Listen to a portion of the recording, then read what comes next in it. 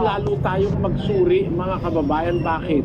Kasi itong mga pangyayaring ito, ipinagpauna na ito sa Biblia, magaganap ito sa malapit na kawakasan, na ang mga tao sasama ng sasama, pati mga nagre-religiyon, magdadaya, mandaraya, sila rin ang madadaya. Yung lahat ng yan, mga hula, na ipinagpauna ng Biblia. Kaya lalo akong nagtitibay na totoo ang sinasabi ng Biblia. Gusto ko kayong i-share sa inyo. Gusto ko na inyong malaman din para wag kayong maapektuhan dahil nakapauna na po sa Biblia yan, talagang maraming lilitaw na magdaraya. Magsuri tayo, mga kababayan. Naniniwala po ako ng buong buo sa aking kalooban. Meron talagang Diyos, meron talagang totoo, meron talagang panig ng kabutihan. Kung nang nakikita natin panig ng kasamaan, huwag tayong mawalan ng tiwala sa Diyos. Hanapin natin ang Diyos sa gitna ng lahat ng kasamaang ito. Naniniwala po ako, makikita natin ang kanyang katotohanan. Umpisa na tayo, kapatid na Daniel. Opo, kapatid na Eli. Saan po natin agad sa Sogod, Southern Leyte. Tapos kapatid na muli po sa Biyan. Go ahead, Leyte, please. Ako po si Rolando Bayunan, ay taga-Sugod po. Ang aking tanong, na wala na mga liturgy doon sa Hebro. Kasi ang mga Judaism, ang kanilang paniwala ay Yahshua man. Yahshua ang kanilang paniwala doon. O tama, kapatid, tama, salamat sa iyo sa pagdalo, kapatid na Rolando. Alam mo, Yahshua talaga, ang kahulugan ng salitang tagapagligtas sa Hebrew ay Yahshua.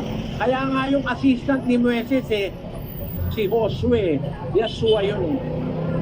Hindi yun si Kristo. Pag sinabi mo kasing Yahshua, maraming Yahshua. Sa line of descent ni Kristo, maraming Yahshua Isa doon yung assistant ni Moises, si Josue. Josue, Yahshua rin yun. Pero iba yung Yahshua Messiah. Na yung Yahshua Messiah na buhay ng panahong Kristiyano. Yun yung ipinanganak ni Maria. Ngayon, alam mo kapatid, ang pagkakamali lang ng religion mo, para bang gusto nila kahit saan makarating, yun pa rin ang pangalan. Mali. Alam mo, dito sa Amerika, pag Santiago ka sa Pilipinas, ang tawag sa'yo rito, James. Kasi yun ang translation ng Santiago, James. Yung sa atin, Juan, ang tawag dito, John. Pero pareho yun. John, tapos Juan. Sa Portuguese naman, Juan. Juan. Sa Italia naman, Giovanni. No? Pareho rin yun Hindi naman bawal i-translate yung pangalan Basahin natin ang Apokalipsis 9:11. Sila'y may pinakahari na anghel ng kalaliman. Ang kanyang pangalan sa wikang Hebreo ay Abaddon at sa Griego ay may pangalan siyang Apollyon. Mo, yung anghel of the bottomless pit, sa pangalan niya sa Hebreo, Abaddon. Sa Griego, ang pangalan niya, Apollyon. Pareho yun Si Abaddon, siya rin si Apollyon. Nakita mo kapatid? Kaya sa Biblia, hindi bawal i-translate ang pangalan. Yung Messiah sa Hebrew, pag i-translate mo yun sa Greek, yung Messiah ay Christos. Ang kahulugan nun sa English, anointed. Babasahin natin sa Cebuano ang Apokalipsis 9:11.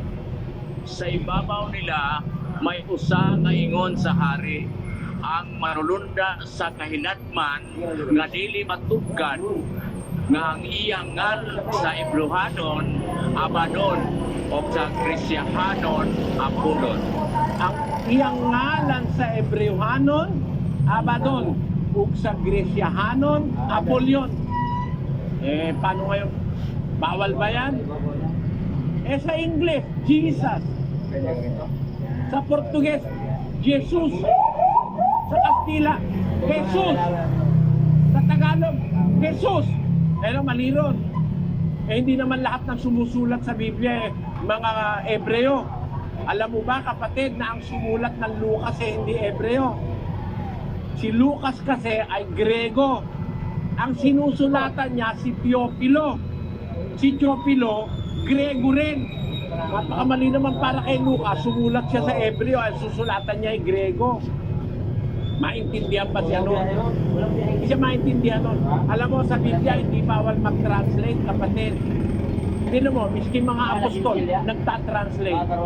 Elwi, lama, sabachthani. Pag binasa mo sa English, Elwi, lema, sabachthani. Iba nandito nun eh, no? Pero ita-translate mo yon, anong translation? Which being translated is, my God, why have thou forsaken? So hindi bawal i-translate. Mismo yung mga apostol na nagsusulat ng Bagong Tipan, pag narinig nila sa Griego, tinatranslate nila sa Hebreo. Pag narinig sa Hebreo, tinatranslate nila sa Grego. O di hindi bawal mag-translate. Kahit nga pangalan, pwede kong i-translate eh. Kagaya nung Abaddon, Apollyon. Kagaya rin nung Jesus. Sa English, Jesus. Sa Portuguese, Jesus. Sa Italian, Gesù.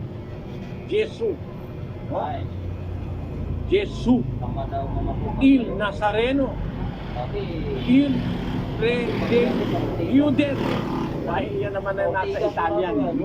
Ang ibig ko sabihin, kapatid, yung paniniwala ng iglesia mo na dapat lagi Yahshua. Mali. Bakit? May Yahshua, hindi naman siya si Jesus. Actually nga, si Apostol Pablo may kasama Yahshua rin. Ang pangalan ng isang tao na kasama ni Pablo, Yahshua. Basahin natin yung Kulosa 4:11. At si Jesus na tinatawag na husto, na pawang sa pagtutuli, ang mga ito lamang ang aking kamanggagawa sa kaharian ng Diyos, mga taong naging kaaliwan ko. Ito, si Yahshua o si Jesus na tinatawag na husto. Tingnan mo? Kapatid, kaya yung paniniwala mo, ano yun? Sasabihin sa'yo, huwag ka maniniwala dyan sa Jesus. Kasi yan, wala naman letter J sa Hebrew. Kalokohan yun. Hindi naman masama sa Diyos na i-translate ang pangalan. Katunayan nga, mismo ang Diyos, inuutusan ng mga apostol mag-translate. Basahin natin ang 14:28 ng unang Korinto. Datapwat kung walang tagapagpaliwanag ay tumahimik siya sa iglesia. Pagka walang tagapagpaliwanag, tumahimik ka. Pero kung may magpapaliwanag, anong dapat gawin? 27. Kung nagsasalita ang sino man ng wika, maging dalawa o huwag higit sa 3 at sunod-sunod at ang isa'y magpaliwanag. English yan, kapatid na Daniel. If any man speak in an unknown tongue, let it be by 2, or at the most by 3, and that by force, and let one interpret. Oh, let one interpret. So interpretation of tongues is allowed by the Bible. Basahin natin yan sa Cebuano. Kung may tao nga magasulti sa sinultihan, di mo akini sa tinagula, kung labing daghan sa tinagutlo, kung kana sa banus-banus, apan usa ang magahubad, mag-translate sa Greek ang ginagamit na salita, dirmanyo, that is to translate from a tongue to another tongue. The Greek word used is dirmanyo, to translate from one tongue to another. That's why in the Bible, translation of names is not prohibited. Like the translation that was made in the name of the Lord Jesus in prophecy, that was translated by Matthew in Matthew chapter 1 verse 22 and 23. Now all this was done, that it might be fulfilled which was spoken of the Lord by the prophet, saying, Behold, a virgin shall be with child, and shall bring forth a son, and they shall call his name Emmanuel, which being interpreted is God with us. Ayun. They shall call his name Emmanuel, which being interpreted in English, it means God with us. Basahin natin sa Cebuano. Aniya karon ang ulay magapanampon ug pagaanak usa ka anak nga lalaki ug pagkatawagon nila ang iyang ngalan Emmanuel. Nga kung kuparon ang Diyos kauban nato. Yun.